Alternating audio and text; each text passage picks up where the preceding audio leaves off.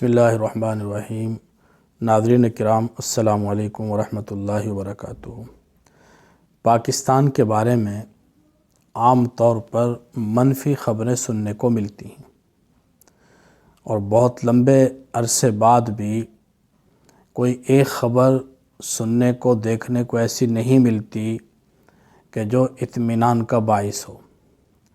لیکن آج اللہ رب العزت نے ایک ایسی خبر دکھائی ہے اور سنائی ہے کہ جو سارے پاکستانیوں کے لیے باعث فخر ہے۔ صرف پاکستانیوں کے لیے نہیں، کل عالم اسلام کے لیے باعث اطمینان ہے۔ وہ کیا کہ 148 ممالک کی فوجی طاقت کی رینکنگ جاری کی گئی ہے۔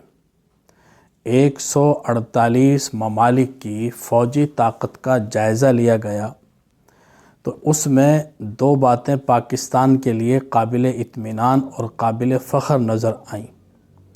ایک تو یہ کہ پاکستان پہلے 15ویں نمبر کی فوجی طاقت تھا، دنیا کا 15واں ملک تھا، بڑی فوجی طاقت، اور پاکستان نے ترقی کر کے 10ویں پوزیشن حاصل کر لی۔ پہلی بات تو یہ کہ 5 درجے ترقی کرنا، یہ صرف اتنے عرصے میں پاکستان نے کیا اور کسی نے بھی نہیں کیا۔ اور دوسرا یہ کہ 10ویں نمبر کی طاقت بن جانا، 138 فوجی طاقتوں کے درمیان 10ویں نمبر کی بڑی طاقت بن جانا، جبکہ مالی حالات اکثر خراب رہتے ہیں، معیشت کا برا حال ہے، سیاسی استحکام کبھی نہیں رہا، اور دشمن بے تحاشا اندرونی اور بیرونی۔ پاکستان بننے سے لے کر آج تک ہندوستان نے اطمینان سے نہیں رہنے دیا۔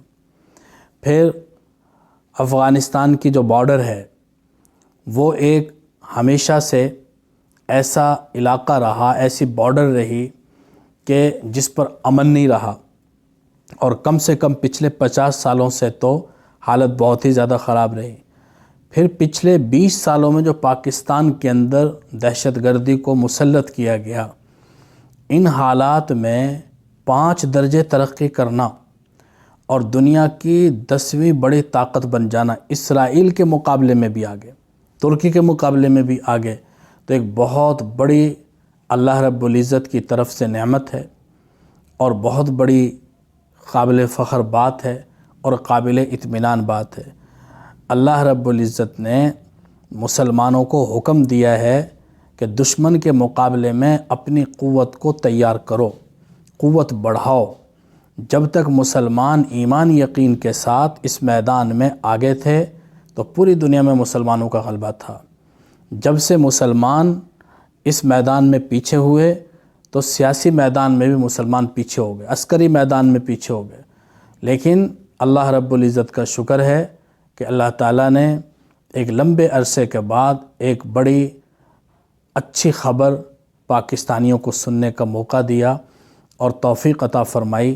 اللہ تعالیٰ ہماری افواج کو اسی طرح ترقی کرنے کی توفیق عطا فرمائے۔ وما علینا الا البلاغ۔